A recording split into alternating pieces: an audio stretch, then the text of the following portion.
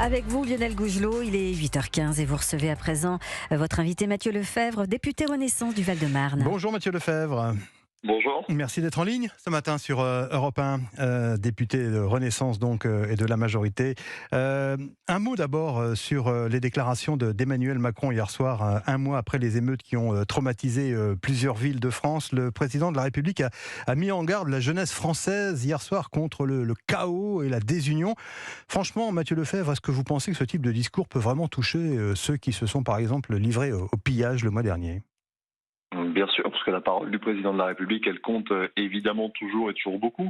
Et je crois que la jeunesse, elle a besoin aussi de retrouver des repères. Et parmi ces repères, il y a ceux d'une classe politique qui, non pas lui disent ce qu'elle a à faire, mais qui lui disent quel est le chemin qui est à suivre en République. Et le chemin qui est à suivre en République, ça n'est pas d'être après minuit, quand on a moins de 15 ans dans les rues, c'est d'être chez soi, de respecter l'autorité, de respecter l'école et de respecter plus largement les institutions de la République, grâce auxquelles on peut mener une vie meilleure que ses parents, meilleure que ses grands-parents. C'est ça la promesse de la République. Mais les casseurs et ceux qui ont vandalisé les magasins le mois dernier sont sourds à ce type de discours, franchement, Mathieu Lefebvre.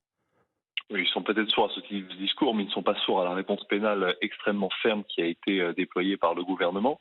Moi, je souhaite que cette réponse pénale, elle perdure avec ce type d'acte. S'il y a de nouveau ce type d'acte, il faut que cette réponse pénale perdure. Mais il faut aussi une réponse très ferme de la part de la parole institutionnelle. Et c'est cette parole qu'a incarnée le président de la République hier soir. Est-ce que vous validez, Mathieu Lefebvre, le choix de Nicolas Sarkozy qui souhaite voir Gérald Darmanin, le ministre de l'Intérieur, accéder à l'Élysée en 2027 ? D'abord, la parole du président Sarkozy est toujours une parole attendue et importante. Et moi, j'ai lu son interview avec beaucoup de délectation. J'ai des points de désaccord, notamment sur la question ukrainienne. Je pense que 2027, c'est beaucoup trop tôt. Les Français n'ont pas la tête à 2027 et ils ont bien raison. Et bien malins seraient les candidats ou les candidates qui penseraient réussir 2027 si nous n'obtenons pas des résultats entre 2023 et 2027. Et ces résultats, on doit les obtenir sous l'égide du président de la République. Maintenant, vous ne m'entendrez pas, évidemment, critiquer ce qu'a dit Nicolas Sarkozy sur Gérald Darmanin, dont vous savez que je suis proche. Et en effet, ses qualités sont immenses au service du pays et au service de la majorité pour les 4 prochaines années. Ce serait donc un bon candidat. Je vous ai dit que 2027 était beaucoup trop lointain pour les Français et qu'il fallait, pour réussir 2027, réussir ce quinquennat sous l'autorité du président de la République. Et ça vous agace un peu, justement, comment dirais-je, ces politiques qui mettent des jalons, qui pensent déjà à 2027, alors que le quinquennat est loin d'être terminé ? Vous savez, moi j'ai appartenu à une famille politique, les Républicains, qui pensaient gagner l'élection présidentielle de 2017 sans qu'il n'y ait rien à faire, parce qu'il serait, quoi qu'il arrive, au second tour contre Marine Le Pen. On a vu ce que ça a donné. Il faut, si on veut gagner les prochaines échéances, et je pense qu'il le faut pour faire barrage aux extrêmes, qu'on puisse travailler sur les idées, mais surtout qu'on obtienne des résultats au service des Français. Parce que si on arrive comme ça, la fleur au fusil, en se disant que le pouvoir nous revient de droit parce que nous serions le camp central, eh bien ça ne marche pas. Et les Français auraient bien raison de sanctionner cela. Donc il faut du travail, des résultats, des idées, et on verra en 2027. Parlementaire, donc, membre de la Commission des Finances, vous êtes également président du groupe d'études sur l'antisémitisme, Mathieu Lefebvre, et votre parti a vivement dénoncé la présence du rappeur Médine aux universités d'été d'Europe Écologie Les Verts et de la France Insoumise. Roland Lescure, le ministre de l'Industrie, a donc par ailleurs annulé sa présence aux universités d'été chez les Verts. Pourquoi ne pas aller porter la contradiction, quoi ? Parce qu'on ne débat pas avec l'antisémitisme, on le combat. L'antisémitisme, il n'a pas sa place dans la République, c'est un délit. Et moi, je regrette très vivement qu'aucun parti de gauche n'ait relevé ce calembour antisémite absolument affreux qu'a noté ce rappeur Médine. Je regrette que... Sur Rachel Kahn, précisons-le pour nos auditeurs. Absolument. Soit un silence coupable. Donc on ne débat pas avec les antisémites, on les combat et on les combat vivement.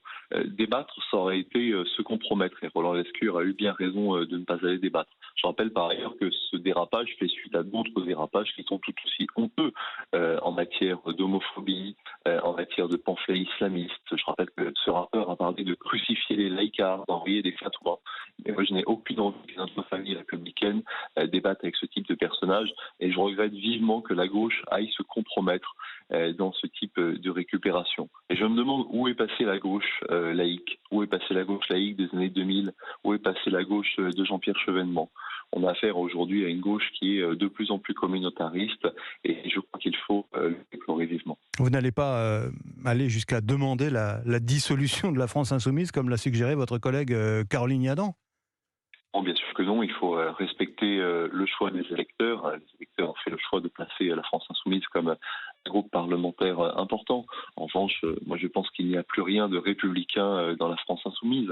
Et d'ailleurs, cette invitation, elle fait suite à d'autres actes antisémites et qui ne sont pas le fruit du hasard. Je rappelle le tweet de Madame Panot sur le Veldiv. Je rappelle l'invitation de Jérémy Corbyn. Je rappelle le soutien à l'assassin présumé du grand rabbin d'Israël, Salah Hamouri. Je rappelle la proposition de résolution des communistes indiquant qu'Israël serait un État apartheid. Donc trop de coïncidences ne forment plus de coïncidences. Il y a un antisémitisme de gauche et d'extrême gauche qu'il faut combattre dans notre pays. Et si je respecte évidemment le choix des électeurs, je ferai tout pour combattre l'extrême gauche et singulièrement la France insoumise dans cette dérive. En tant que député de la majorité, Mathieu Lefèvre, qu'est-ce que vous attendez, vous, de l'initiative d'ampleur qui a été annoncée par le président de la République et à propos de laquelle, pour l'instant, très franchement, on navigue dans le flou le plus total, hein? Écoutez, on a à la rentrée des chantiers qui sont extrêmement importants qui arrivent. Le premier, c'est de faire adopter un budget qui va permettre de financer les priorités du gouvernement. Et le deuxième, c'est la loi sur l'immigration. Moi, je pense que les partis républicains sont capables de s'entendre sur ces textes, sont capables de... Je vais vous demander de bouger un peu votre téléphone, Mathieu Lefèvre, parce qu'on vous entend plus mal. Pardon, vous m'entendez mieux ? Oui, ça va mieux là. Oui, je dis que sur ces deux textes, sur le budget et sur l'immigration, on a besoin des partis politiques républicains, des partis politiques qui ont gouverné ce pays pendant des années et qui ont des idées à formuler. La majorité, elle a besoin de s'élargir parce qu'elle n'est pas majoritaire au Parlement et elle a besoin de s'élargir au service des Français.